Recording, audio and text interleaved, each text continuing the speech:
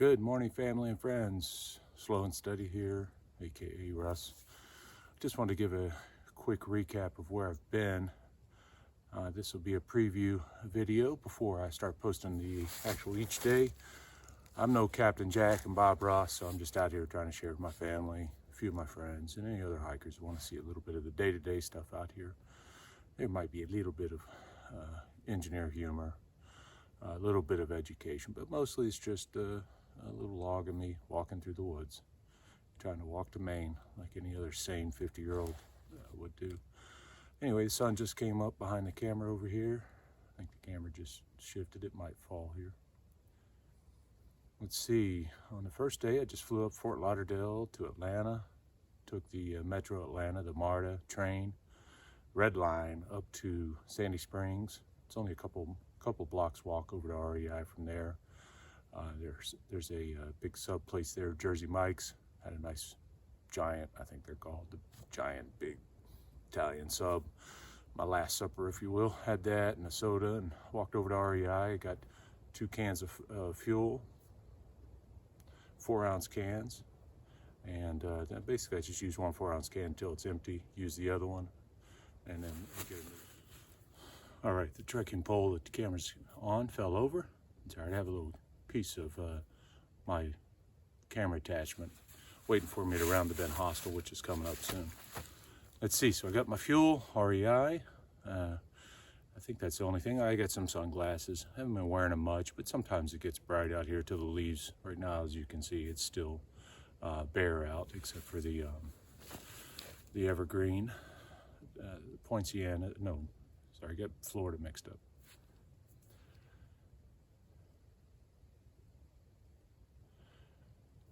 You know, it's still pretty bare out except for the evergreens, like rhododendron and mountain laurel. Maybe that's what that one's called. I haven't figured it out yet. I think that's what people have been calling it. It's a smaller version of a rhododendron looking leaf, dark green. Let's see. First 2 days I was out here, I was just delaying because my birthday was 2 days after I arrived. So I took the approach trail. I took 2 days to get up to the top of Springer. Nice 4.5 mile days. Warm up my legs.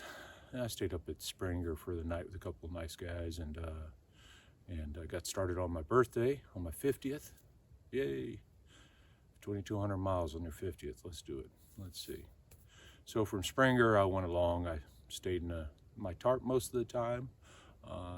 It was beautiful weather. I gotta say, this is day 9, I think, and it's been beautiful. One night it was rain and snow, so I prepared. I set the tarp up in a particular configuration so it stayed warm and toasty in there, and got up and had snow all over the outside. I heard the hard rain early in the night, and then it switched to snow, and yeah, it was beautiful. I stayed toasty and dry, so sorry guys that were thinking I'm gonna get soaked when it rains. I didn't.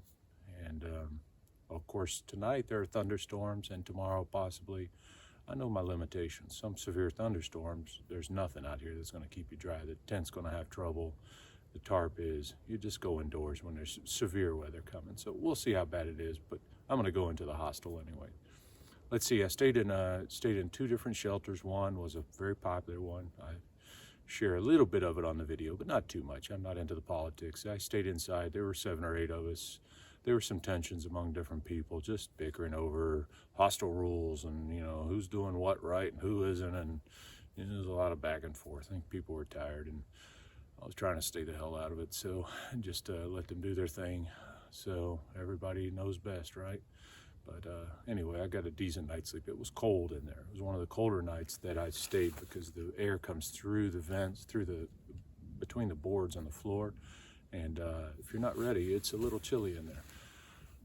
Let's see, I stayed in another hostel. I'm sorry, another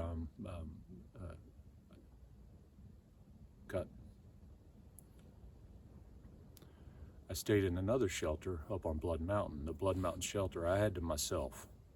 Now I understand why, but I've stayed there before. You know, it's all cement and stone. It's a big stone building. You'll see it. It's chilly in there, even in the summer. And they got down into the high teens, low 20s that night. It was a cold night. I wasn't shivering, but I was not toasty warm either. And I overslept the sunset, as you'll see. It's got me confused for a little while because I jumped up running ready to go and the sun was already up. So started off on the wrong foot, but yeah. I woke up, had some coffee, and it was all good to go. Other than that, I've been in my tarp the rest of the time and had some really, really beautiful, chilly but beautiful nights. So just keep this plow set up on the tarp and stay cozy in there and have a nice view of the world out there. Had some sunrises, or attempts at sunrises. I'm always up before sunrise and usually broken down and walking by about then. Met some great people, and again, this is day 9. I'm going to head into my first hostel and try to see if I can upload a couple of videos, get some warm food, some home cooked food or some restaurant cooked food. I don't care.